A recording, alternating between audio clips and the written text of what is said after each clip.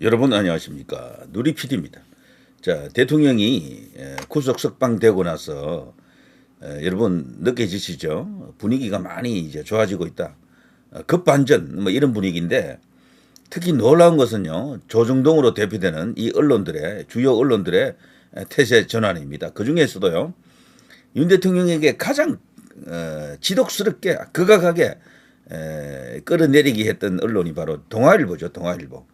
채널 A하고도 또 다릅니다. 같은 회사라고 봐도 무방한데 채널 A는 그래도 다소 뭐 우호적일 때도 있고요. 뭐 깔 때도 있고 뭐 이렇게 왔다 갔다 했죠. 그렇지만 이 동아일보는 지속적으로 윤석열 대통령의 시대는 끝났다라는 그 기조 논조 그런 보도 태도로 일관했습니다. 가장 심하게 깠다라고 볼 수 있는 언론인데요. 조중동 중에서도 가장 심했어요. 동아일보가 아주 각 잡고 나가더군요. 왜 그럴까 할 정도로 너무도 의아할 정도로 너무 심하게 대통령에게 적대감을 드러냈죠. 일각에서는 동아일보가 뭐 조선에 비해서 홀대받았다 정권으로부터 뭐 그런 어떤 이야기부터 해서 아니다. 동아일보가 지금 노림수가 따로 있다. 동아일보가 새로 세우고자 하는 어떤 대통령이 있다. 혹은 권력이 있다. 매각자에 대한 어떤 뜻이 있다. 뭐 여러 가지 어떤 카드라가 있습니다. 그런데 어쨌거나 뭐 그런 것은 뭐 일단 차치하고요. 우리가 눈으로 봤잖아요. 그 기사 내용이라든가 그 뭐 사설 칼럼 이런 걸 보게 되면은 와 어떻게 이렇게까지 윤 대통령과 적대적인가라고 할 정도로 지독하게 깠던 게 이 동아일보거든요. 불과 며칠 전까지도 그랬습니다. 그런데 놀랍게도 구속 석방 지기현 판사의 이 결단으로 구속 석방되고 나서 이 동아일보조차도 흔들리는 것 같은데요. 제가 볼 때 로댕에 생각하는 사람이죠. 그것처럼요 생각이 깊어지는 것 같습니다. 동아일보가 지금 전면에 걸린 헤드라인인데요. 현재 윤 대통령 변론 재개 가능성 낮지만 뭐 조건은 달았지만요 수기를 더 거칠 수도 있다. 달리 말하면은 이번 주로 예정됐던 탄핵 선고가 연기된다라는 이야기입니다. 조선중앙동아공이 탄핵 선고가 연기되는 것 같다 쪽으로 기사를 내고 있더라고요. 이거는 달리 말하면은 하늘이 두 쪽 나는 그런 일이 없는 한 갑자기 뭐 경천 동지할 큰 변수가 없는 한 헌재가 이번 주에는 선고하지 못한다라고 봐도 되겠죠. 이쯤 되면은 지금 이런데도 불구하고 동아일보까지도 이런 식으로 지금 보도하는데 헌재가 서둘러 선고하다가는 그야말로 뒷감당이 안 될 겁니다. 지금 어마어마한 어떤 후폭풍이 예상되고 있기 때문에 함부로 선고 못할 거예요. 선고 시기를 늦출수록 윤 대통령에게는 유리하다. 누리 PD가 여러 번 이야기했습니다만 한 주 늦추면 10% 승리 가능성 올라간다. 두세 주 늦추게 되면은 완벽한 승리가 기다리고 있다. 특히나 4월 18일이 문영배 이미선의 이제 퇴임일이죠. 그래서 그들이 말이죠. 적어도 일주일 전 혹은 10일 전쯤에 마무리를 짓고 나가려고 할 겁니다. 그래서 마지막 디데이로 보는 게 4월 초죠. 4월 초 20여일 남았습니다. 그러니까 2주, 3주만 이렇게 늦출 수 있으면은 대통령은 거의 100%라고 해도 좋을 정도로 승리가 이제 이렇게 예상이 된다. 그래서 관건은 선고 시기를 늦추는 것이거든요. 그런데 놀랍게도 조중동이 여기에 지금 합류했습니다. 조선은 일찍이 합류했고요. 중앙동아도 지금 들어와가지고 떨떠름하지만 선고 시기가 늦춰지는 것 같다 쪽으로 지금 보도를 하는 겁니다. 한덕수 탄핵 심판 기약 없이 미뤄져 윤과 같이 나오나?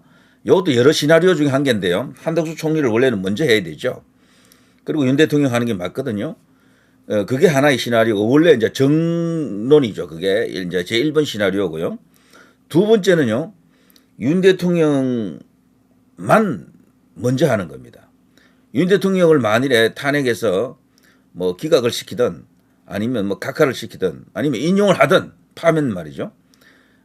한덕수 총리는 큰 의미가 없다라는 거죠. 대통령만 먼저 정리해버리면은 한덕수는 뭐 그냥 자동으로 정리된다라고 보고 이제 그게 두 번째 시나리오고요. 또 하나가 이제 같이 하는 거죠. 같이. 한덕수 총리는 원래 지난주에 선고가 될 것으로 다 봤지만 여러 가지 이제 변수가 터지면서 여기서 말하는 변수는요. 대통령 주변에서 일어나고 있는 헌재가 다루지 않았던 거대 이슈들이 있습니다. 박선원의 메모, 홍영원 박선원의 그 메모, 그리고 특전사령관 이자의 이 탄핵 진술이 잘못되었다. 그 계엄 이후에 이제 특전사가 했던 역할을 정직하게 말하지 않고 그들 민주당의 의도대로 놀아놨다. 그 장단에 맞춰줬다. 일종의 탄핵 공작을 벌였다라는 게 TV조선의 그 녹취를 통해서 발칵 뒤집어진 그런 상황 아닙니까? 그게 다 알려졌고요. 그 밖에 많습니다. 그리고 또 쇼핑하듯이 소위 이제 그 영장 청구를 중앙지법에서 16건 받고 맞고 또 하나는 동부지법에서 또 한 번 또 이렇게 퇴짜 맞고요. 서부지법으로 달려간 그 이슈, 이게 지금 터져가지고 난리 아닙니까? 이런 것들 그 밖에 많습니다. 가장 중요한 이슈일 수도 있는데요. 지금 중앙선거관리위원회가 지금 난리 났죠. 이제 그런 이야기들 뭐 취업 관련해 가지고 개판이다, 가족 회사다 어쩌고 하면서 막 거기가 얼마나 부패해 있는지 다 드러났죠. 근데 그것들이 전부 부정선거하고 연결되는 이슈거든요. 스탑 더 스틸하고 연결되는 이슈라고요. 이런 것들이 국민적 어떤 공감대를 얻고 있으면서 어마어마한 어떤 이슈로 폭발하고 있습니다. 거기에 더해 현재 내부의 TF의 존재가 알려지면서 그것도 또한 뭐 난리고요. 자, 이렇게 되니까 한덕수 탄핵을 일찍 하기가 무한 겁니다. 왜 그런가 하면 한덕수 총리 탄핵을 먼저 이렇게 처리해버리면요. 대통령의 탄핵을 예상할 수 있는 일종의 그 리트머스 시험지가 됩니다. 그러니까 미리 패를 보여주기 싫은 거야. 어떻게 보면은 탄핵 세력들 입장에서는 한덕수 총리가 만일에 살아나면은 대통령이 살아날 가능성도 크겠죠. 한덕수 총리가 죽게 되면 대통령도 무조건 간다고 봐야 됩니다. 왜 그런가 하면은 한덕수 총리가 탄핵될 이유는 하나도 없는데 그 한덕수를 탄핵해버린다고 하면은 인용해버린다고 하면 대통령에 대한 가능성도 없어지는 거죠. 그걸 미리 예단할 수가 있는 겁니다. 그럴 경우에 애국 이제 우파들이 이제 가만히 있지 않겠죠. 그때는 볼 것 없다. 현재 최종 심리까지, 최종 선고까지 기다릴 수 없다. 뭔가 이렇게 행동 개시가 일어날 가능성이 큽니다. 그런 걸 또 우려해서라도 또 선뜻 못하는 겁니다. 그래서 지금 나오는 게 동시에 선고하는 게 또 유력하다라고 지금 뜨고 있죠. 그런데 이것을 국민의힘이라든가 윤 대통령 변호인단 쪽에서는 반대하고 있습니다. 그럼 동시 선고 안 된다라는 거죠. 한덕수 총리를 먼저 하라고 지금 압박하고 있는 겁니다. 그래서 한덕수 총리가 먼저 하는 게 당연히 맞습니다. 시기적으로도 그렇고요. 한덕수 총리는 단 1회의 변론으로 끝났잖아요. 간단하거든요. 그거는 사안이. 그래서 그렇게 이제 밀고 나가게 되면은 대통령이 몇 주, 적어도 한 2, 3주 정도 선거를 늦출 수 있는 결정적인 이니셔티브를 쥐게 됩니다. 그러면 승리에 한 걸음 더 다가간다. 한 걸음 정도가 아니고 거의 굳힌다라고 이제 이렇게 보는 거죠. 이런 관련 이야기들을 동아일보는 전에 안 했어요. 계속 불리한 이야기만 갖고 대통령을 까고 때리고 공격했거든요. 그렇지만 이제 뭔가 찝찝하지만 내키지는 않지만 윤 대통령에 대한 객관적 보도를 조금씩 이제 시작하고 있는 거죠. 그리고 사설에서도요. 전쟁터된 현재 게시판 주유소 폐쇄 극단적 분열의 현장이다라고 하면서 다소 이제 이렇게 관망자인 것처럼 중립적인 사설이 이렇게 등장했습니다. 이게 기존의 스탠스라면요. 이거 이렇게 하지 않아요. 대통령을 까는 쪽으로 아마 사설을 뽑았을 겁니다. 심우정 검찰총장 사퇴 거부에 야당 30번째 탄핵 추진. 그냥 일반적인 팩트 보도잖아요. 팩트 보도. 자, 검찰총장 윤석방 소신껏 내린 결정이다. 야당 사퇴 안 하면 탄핵하겠다. 절대 탄핵 못합니다. 이번에 탄핵하면 30번째 채우는 거거든요. 망합니다. 지금 민주당이 지지율도 지금 많이 떨어져 가지고 국민의힘에게 한 10% 정도 차이 나는 식으로 지고 있어요. 그리고 대통령 탄핵 기각하라. 각하하라가 계속해서 지지율이 올라와 가지고 이제 거의 비슷해요. 약간의 차이가 있긴 한데 이제 이것도 조만간 골든 크로스가 일어날 것 같습니다. 언제 뒤집어지는 겁니다. 이렇게 되면은. 그리고 윤 대통령 자신의 그 지지율도 심상치가 않고요. 60% 찍을 것 같습니다. 자, 그런 게 지금 여론조사상에서 지금 확인이 되면서 야당 지금 아우성 발칵 이런 상황입니다. 호떡집에 불났다 그러죠. 딱 그런 상황. 자, 윤 대통령 구속 취소 문제 있어. 현직 부장판사 비판글 게재. 이런 것도 이제 보도식으로 이렇게 올리긴 했는데 이건 뭐 다른 언론도 다 보도를 했더라고요. 자, 헌재 앞 광화문에서 맞불 단식. 윤석방의 탄핵 찬반 극한 대치. 자, 지금 이 야권 특히 저쪽 민주당이 주도하는 저 탄핵 세력들도 이제 집회를 이제 해보려고 노력하는 것 같아요. 그런데 언제부턴가 저 좌진영의 집회는 규모가 크지 않습니다. 모여라 해도 안 모이더라고. 그래서 동원을 합니다. 많이 이제 가보면은 거기 이제 그 버스들이 많이 올라오잖아요. 주로 이제 호남 쪽에서 올라오는 버스들이 좀 많고 뭐 그런 식이라. 그런데 모여라 했는데도 10,000명도 못 채우는 그런 상황이죠. 그래서 옛날 그 광우병이라든가 박근혜 대통령 탄핵 때 그 인파가 다시 재현 안 되고 있는 거죠. 조국 사태 때도 그렇고요. 그들 입장에서는 봄날이요. 옛날이요. 뭐 이런 상황이 되는 거죠. 자, 이걸 어쨌거나 보면서요. 저는요. 동아일보가 조금 변했다라고 느껴집니다. 이건 태세 전환을 앞둔 일단 뜸들이기 이 정도로 보입니다. 조선일보는 태세 전환 많이 했고요. 일설에 의하면은 구독자가 너무 많이 떨어져 나가가지고 10만 정도 떨어져 나간 게 아니고 뭐 20만, 30만 이런 이야기가 있는데 확인이 완전 된 건 아니에요. 그건 ABC 제도라고 있는데 거기서 확인해 주기까지는 쉽지 않습니다. 알기는. 그렇지만 많이 떨어져 나간 것 같아요. 그런데 조선일보만 떨어져 나갔느냐? 중앙동아도 좀 떨어져 나가지 않았을까요? 그런데 중앙동아일보에 대해서는 우리 우파들이 그렇게 많이 이게 구독을 안 하고 있었을 수가 있습니다. 진짜 우파라고 생각하는 사람들은 대체로 또 그동안 이 조선일보를 뭐 이렇게 많이 구독했을 것으로 생각이 돼요. 그래서 그 피해를 조선일보가 많이 받았다라고 생각합니다. 동아라든가 중앙은 다소 온도차가 있겠죠. 이념적으로 봐서 덜 우파들이 구독을 했을 가능성이 큽니다. 그래서 구독자들이 떨어져 나가는 수치는 조선일보보다는 덜 할 거예요. 어쨌거나 그래서 논조를 유지할 수 있는 힘은 조금 있겠지만 그렇지만 그들 중앙도 대통령이 구속 석방되고 난 이후에 논조가 뒤집어지고 있다라는 것을 우리가 알 수 있는 거죠.